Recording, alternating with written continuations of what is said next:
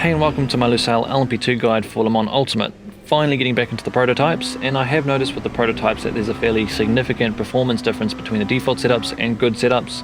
I'm running on the default setup with a few in-car adjustments which I just had on screen there. Now for the first turn we're looking out for these Rolex boards on the left side of the track, and there's also a white line alongside them. We're looking out for that second white line, and we're going to be braking just after that. Quite hard initially, very hard on the brakes, and then coming off the brakes so that we don't lock up into the turn.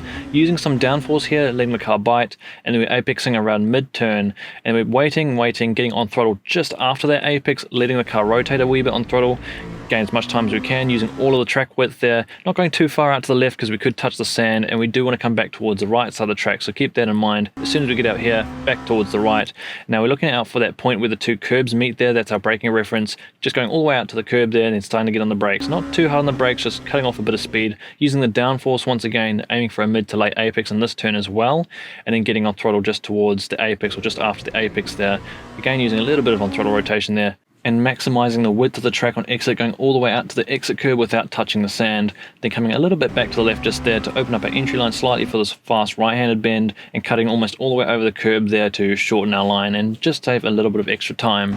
Now for the next turn we're looking out for these DHL boards on the left side of the track, and they also have white lines alongside them. Our best reference here is probably that final white line, and we're braking about halfway between that final white line and the second white line there on the curb, all the way on the left side, opening up our entry line, aiming to apex mid-turn here, touching that orange surface right on the inside there for an ideal line, then carrying your car's momentum all the way to the left side of the track. We're not going to be braking for this turn, but at the end of the sandpit on the left there is our reference for where we're going to turn in, so all the way to the left side of the track to open up an entry line, come off throttle as we turn in, and we should apex right at the middle of this turn as well. Again, aiming to touch that orange surface on the inside there for an ideal line, then getting on throttle just after the apex, carrying our speed all the way to the outside of the track, maximizing our track usage and not touching the sand there because that'll pull us out a bit and cost us some time.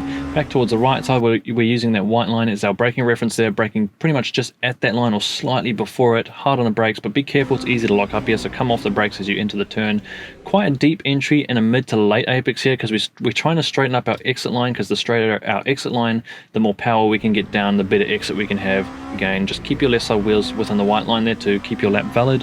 Back towards the left side of the track. Now we're also looking for this white line where the Bosch sign is, and just after that white line is where we're going to start braking and committing to the turn, carrying some speed in, again aiming for a mid to late apex. Quite a lot of these long turns we have to be quite patient. Into the turn using the downforce, wait for the car to bite, and after the apex we can start getting on throttle, using that throttle to rotate the car and exit, and then we should end up right here using all the curb on exit and ensuring our right side wheels are within the white line, keeping the lap valid. This turn we don't have to brake, we're looking out for the left where that white or that lighter sand color is on the left there. That's going to be our reference for where we turn in, committing in here. This turn you can cut your right side wheels over the blue just a little bit, aim to touch the blue. If you've got a good setup with a low ride height, you can't cut too much there because the car bottoms out. Just after that kink we're coming back towards the right, where that white line splits on the right side of the track is where our braking reference is. Braking just before that, carrying a bit of speed into this turn. This is one of those awkward turns we have to again be quite patient. Don't get on throttle too early, it's very easy to push yourself wide on exit, so be patient, have a mid to late apex again, get on throttle and then use all the track width, but be careful on this curb on exit. I do find if you get too much onto that exit curb it kind of pulls you out there, might cost you about a tenth or so. Now bring the car to the left side of the track, cut it as tight as possible to shorten your line as much as you can, save a bit of time. Position yourself about here for a good entry line, and just after that white line there we're going to start committing to this turn and also lifting off throttle, allowing the car to turn in enough. And now for all these high speed turns coming up, we want to aim to just touch the orange surface at the apex of each one of them. So right here I could have cut a tiny bit more using all the track here, so all the way on the left, committing to the turn just before the end of the sand pit, starting to turn in and lift off throttle. This one you have to be quite patient, lift off throttle, just touch the inside on the orange there, and then wait for after the apex before you get back on throttle again. The car will end up all the way on the left side curb over here, giving us a good entry line here, starting to get on the brakes just before the sandpit ends on the left there. I do find it quite tempting to turn in too early here, so just keep that in mind. Apex around mid-turn, again just cutting our right side wheels over the orange surface there. And for all of these turns, don't cut too much if you have a good setup with a low car, because again, chance of bottoming out and it might push you out wide. Here, use that white line as a reference. We're going to start touching the brake around that white line and starting to turn in just after that white line, apexing once again mid-turn, touching that orange surface as our apex. And this turn has a bit more camber than the previous two turns, so as soon as you get to the apex here you should be able to get hard on throttle, carry your speed out of there, and then for the final turn it's a little bit different. It is a very late apex again, so braking just before we get to that white line, a car length or two. We're going to enter quite deep into this turn and just be really patient, waiting for later in the turn, about there where the green arrow is, and we can start thinking about getting off throttle, and we can use some on throttle rotation to power ourselves out of this turn and gain a bit of time, as you can see right there. And then on exit we should position our car so our left side wheels are on the left of the curb and right side wheels within the white line, and that keeps our lap valid towards the line, and that's a nice clean lap at the Lusail circuit. Now, as I mentioned at the start of this video, I do think good setups on these prototypes can make a big difference in terms of lap time. I did a low 144 with the default setup, and on a good setup I got into the 42s. So yeah, there's quite a difference. But anyway, what I'm going to do now is I'm going to play through the whole lap again without any interruptions. I'll come back at the end of the lap to show you a pit entry guide, so I'll see you then.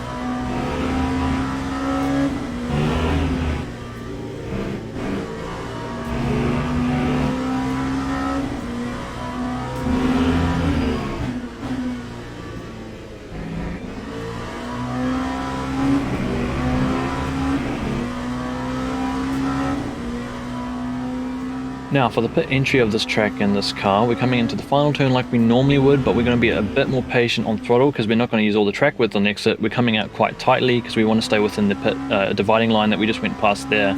Now as we straighten up, we're looking out for that white line that goes across the track there, and we're braking a few car lengths before that. Now braking quite hard, but not too hard, because it's very easy to lock the wheels up, as I almost did right there. Should bring you to 60 k's per hour at the line, but remember, with worn tires you're going to have less grip than usual, so be careful there, don't brake too hard or you're going to end up spinning out on pit entry. But anyway, that's my guide for this track in LMP2. Hope it's helped you out. Thank you all for watching, and we'll see you again soon.